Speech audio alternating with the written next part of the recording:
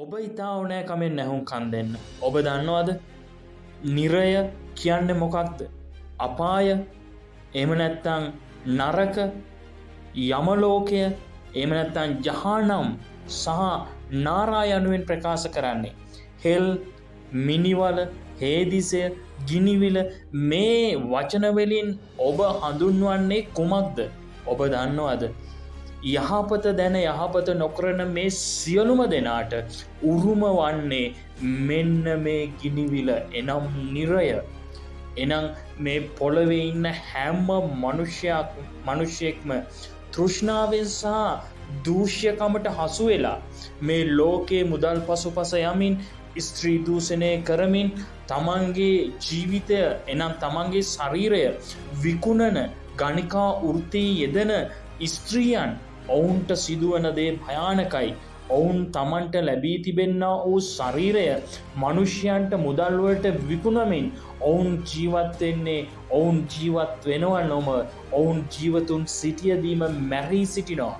එනම් මේ බීමත්කම සල්ලාලකම බේද මේ සියලුම අපවිත්‍රකමෙන් ජීවත්වෙන මානසික ක්‍රියා කරන මේ හැම්ම පාපෙක්ම සිටින්නා වූ සෑම දෙනාටම උරුම වෙන්නේ මේ ඉදිරි තියෙන තිරයේ තියෙන දේ. එය සැබෑවක්මයි. මක්නිසාද ආඥා පනත් ආරක්ෂා කරන්නේ නැති. එනම් උන්වහන්සේ කියන්නේ එනම් ස්වාමි වූ නාසරියත් යේසුස් ක්‍රිස්තුස් වහන්සේ මේ පොළොවට මිනිසෙක් ලෙස ප්‍රකාශ වෙමින් හැම කෙනාටම ධර්මිෂ්ඨ මාර්ගයක් පෙන්වුවා. ඒ ධර්මිෂ්ඨ මාර්ගයේ නොයන හැම කෙනාටම උරුම වෙන්නේ ගිනි සහ ගෙන්දගම් මිල. ඔබ දන්නවද උන්වහන්සේ සුද්ධ මතේ විසින් ලියන ලද සුභාරංචි පොතේ 5 වෙනි පරිච්ඡේදයේ 19 වෙනි පදේ කියනවා එබැවින් මේ ආඥාවලින් ඊතා සුළු එකක් කඩ කරන්න මනුෂ්‍යෙට උගන්වන්න වූ කවරෙකු නමුත් ස්වර්ග රාජ්‍යදී ඉතා සුළු යයි ප්‍රකාශ කරනවා. එනම් ඔබ ඉතා ඕනෑ කමෙන් නැහුම්කන් දෙන්න ඕනි මේ භයානක තැනින් ඔබ ගැලවෙන්න. ඔබ දන්නවද උන්වහන්සේ 1 යෝහාන් පොතේ උන්වහන්සේ 5 වෙනි පරිච්ඡේදයේ 16 වෙනි පදේ කියනවා යමෙක් තමාගේ සහෝදරයා මරණයට නොපමුණවන පාපයක් කරන බව දුටුවොත් ඔහු යාඥා කරාවා. එවිට ඔහුට එනම් මරණයට නොපමුණවන්නා වූ පාපයක් කරන්නට දෙවියන් වහන්සේ ජීවනය දෙනසේක මරණයට පමුණවන්නා වූ පාපයක්ද ඇත්තේය. හාලෙලූයා. එනම් මරණයට පමුණුවන පාප එනම් දෙවියන් වහන්සේ ඔබට කියන හැම දෙයක්ම ඔබ ආරක්ෂා කරන්න ඕනි. දෙවියන් වහන්සේ ඔබට කියන්නේ මොකක්ද? දෙවියන් වහන්සේ කියන්නේ සියලුම දෙනා එක ප්‍රේමයෙන් ඉන්න.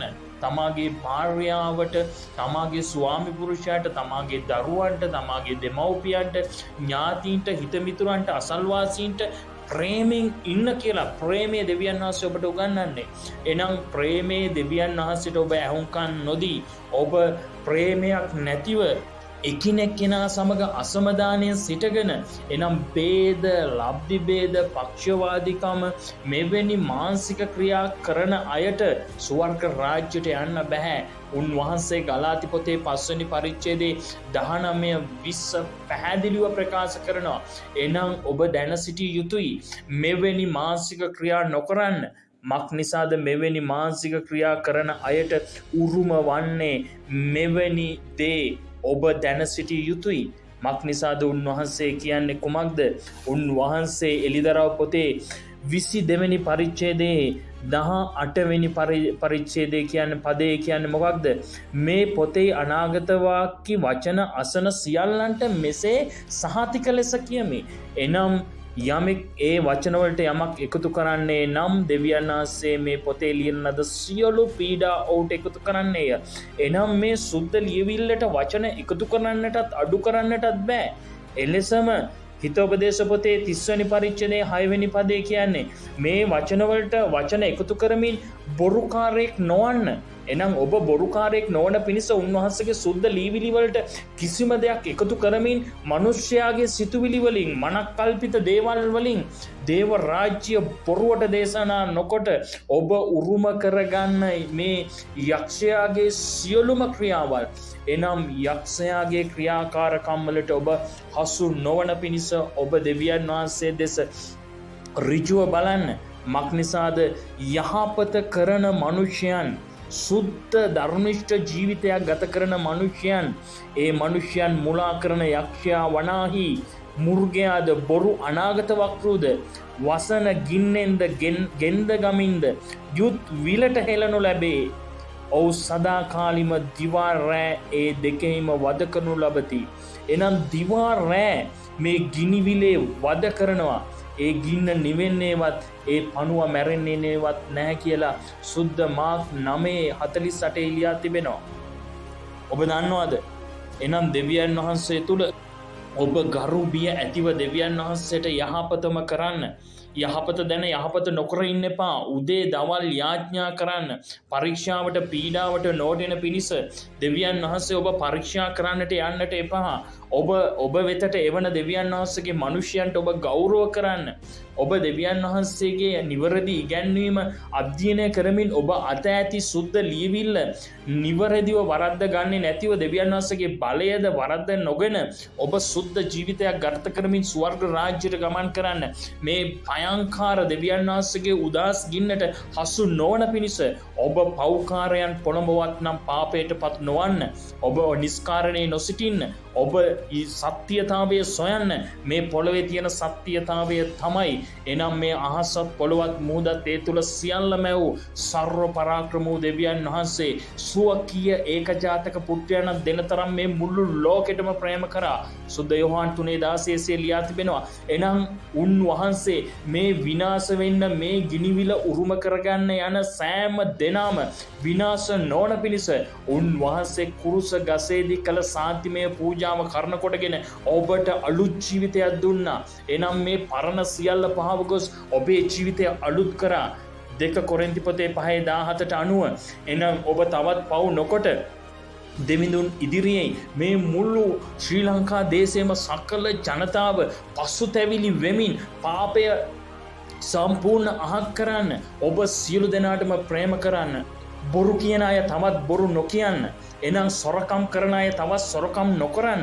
ඔබේ ශරීරය එනම් නොවිකුණා අනාචාරකම් කරන්නේ නැතුව ගණිකා වෘත්තිවල යෙදෙන්නේ නැතිව ඔබ විවිධ අපවිත්‍රකමේ තම භාර්යාවට ද්‍රෝහි නොවන පිණිස, තම ස්වාමි පුරුෂයාට ද්‍රෝහි නොවන පිණිස, තම දෙමව්පියන්ට ද්‍රෝහි නොවන පිණිස, තාගේ පියාට මවට ගෞරව කරමින් දෙවියන් වහන්සේට ගරුබිය ඇතිව ආඥාපනත් ආරක්ෂා කරමින් යහපතම කරමින් සුද්ධ ජීවිතයක් ගත කරන්න.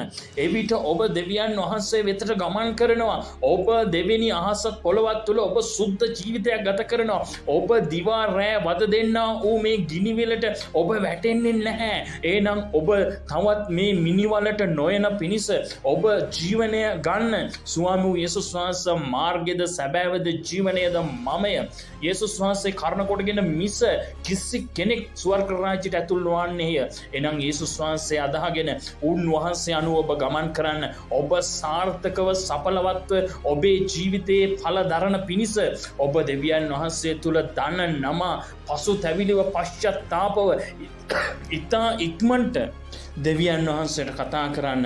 ඔබට දෙවියන් වහන්සේ ගැලවීම දෙනවා. උන්වහන්සේගේ දිව්‍යමය බලයත් උන්වහන්සේගේ අනර්ග වූ ඉතා උතුම් පොරොන්දුත් 2 පේත්‍රස් පොතේ 1:3-4 මෙන් ඔබට උන්වහන්සේ සියලුම දේ දිවින් උන්වහන්සේ මේ ලෝකේ තෘෂ්ණාවෙන්ද දූෂ්‍යකමෙන්ද ගලවමින් ඔබට උන්වහන්සේගේ පොරොන්දු වලින් ඔබ පෝෂණය කරනවා.